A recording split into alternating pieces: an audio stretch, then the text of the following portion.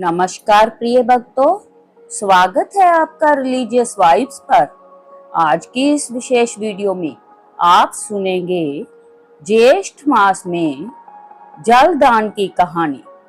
ज्येष्ठ मास में जलदान का विशेष महत्व है और इस महीने में जलदान की कहानी सुनना अत्यंत फलदायी माना जाता है। यह कहानी मुख्य रूप से भगवान विष्णु की कृपा और प्यासे को पानी पिलाने के लिए पुण्य पर आधारित है। तो चलिए शुरू करते हैं।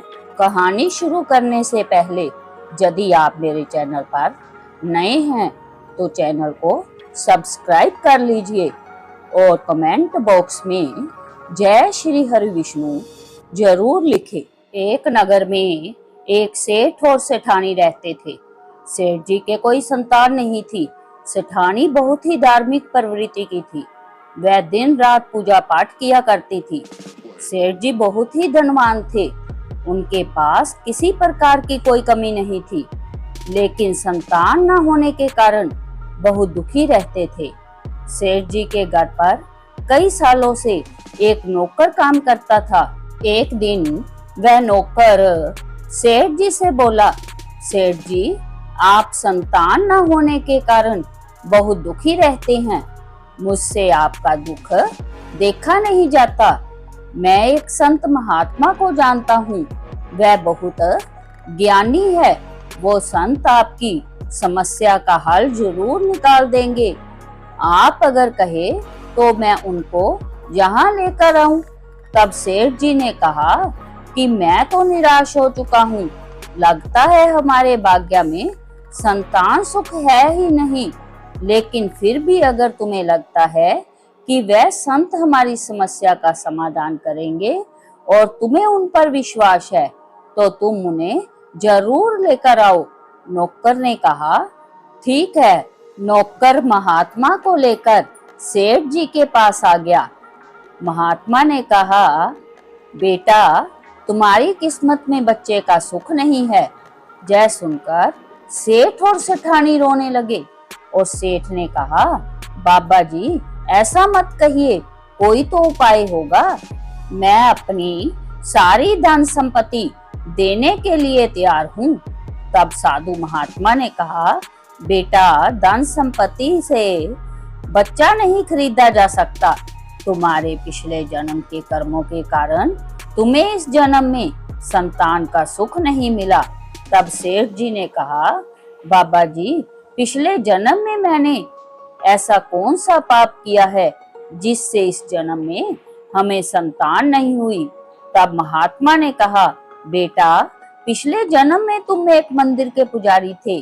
दिन रात तुम भगवान की सेवा किया करते थे, लेकिन तुम्हें एक पुत्र की चाह थी और तुम्हारे जहाँ एक पुत्री हुई। इस बात से तुम बहुत नाराज थे। पुत्र की चाह में तुम अपनी पुत्री से नफरत करते थे, उसे कभी प्यार नहीं किया।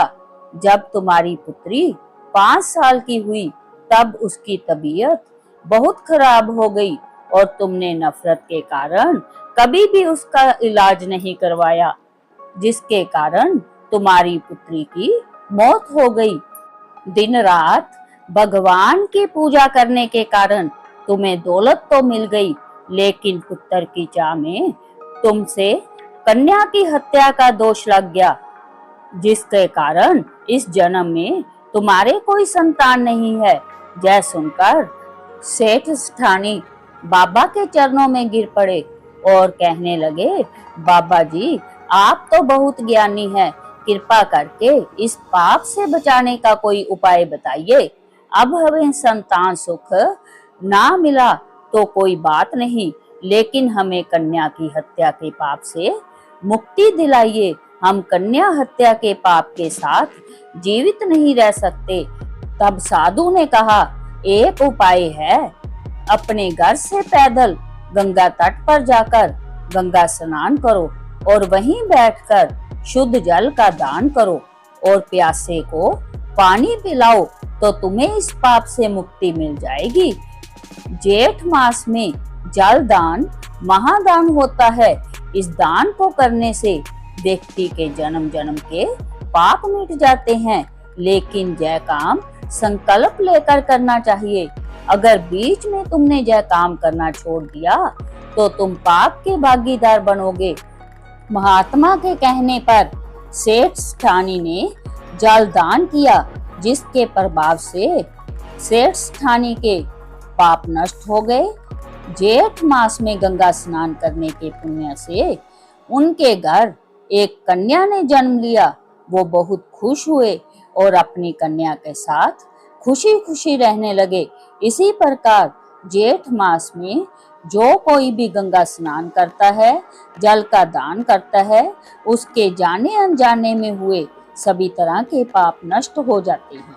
प्रेम से बोलिए श्री विष्णु भगवान की जय। ऐसी ही पवित्र कथाएं सुनने के लिए चैनल को सब्सक्राइब करना ना भूले। कहानी पसंद आए तो एक लाइक जरूर करें।